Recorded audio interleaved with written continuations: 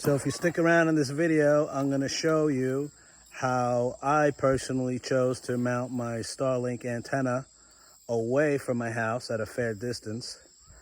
And I'll show you how I did it. It was pretty easy. Stick around.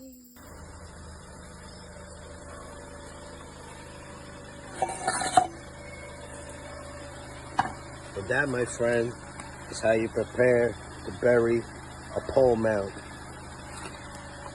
in cement. Then you dig your hole. That's just to keep it moist, get that concrete pure. Then you get a bigger, this is the fence pole, the small one.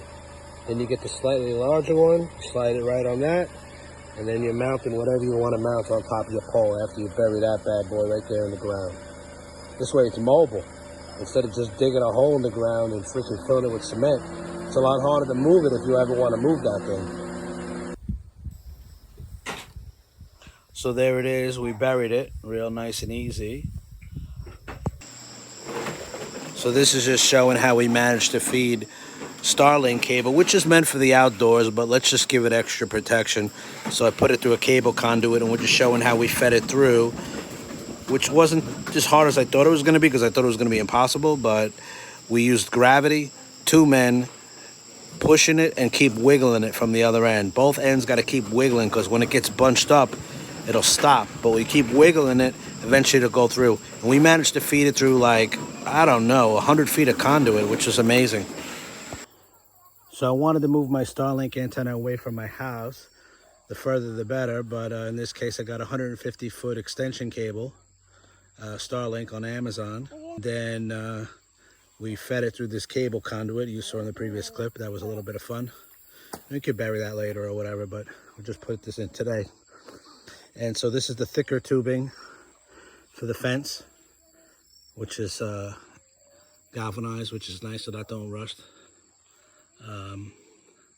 Then that's the mount, this thing here. But you don't have to, this guy right here, but you don't have to buy that.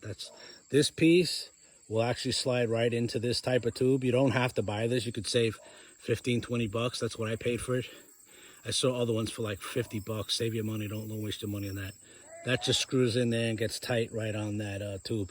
I bought that so this Starlink will click right in there and just to make it look like a little bit of a nicer job. But again, you don't need to do that.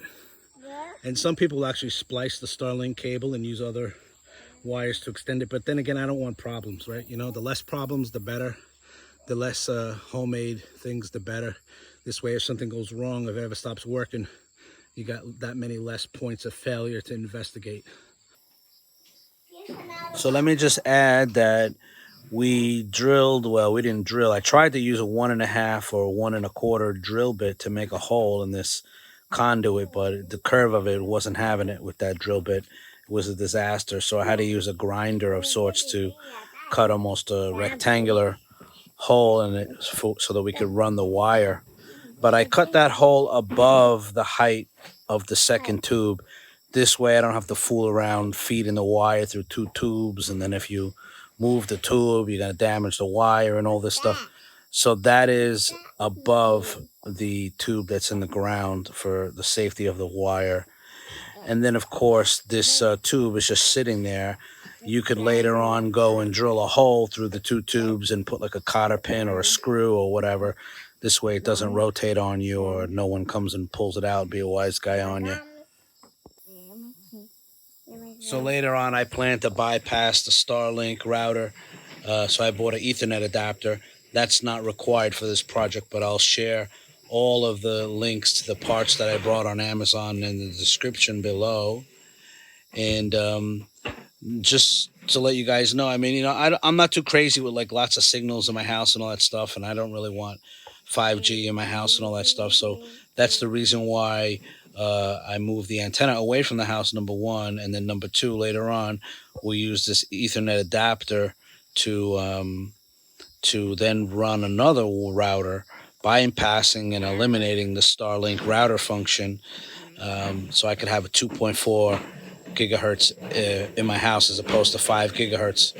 I don't really need some kind of crazy lightning speed, but if I ever need it again, I could, you know, just push a few buttons and go back to the Starlink router if I had some huge upload or download or anything like that.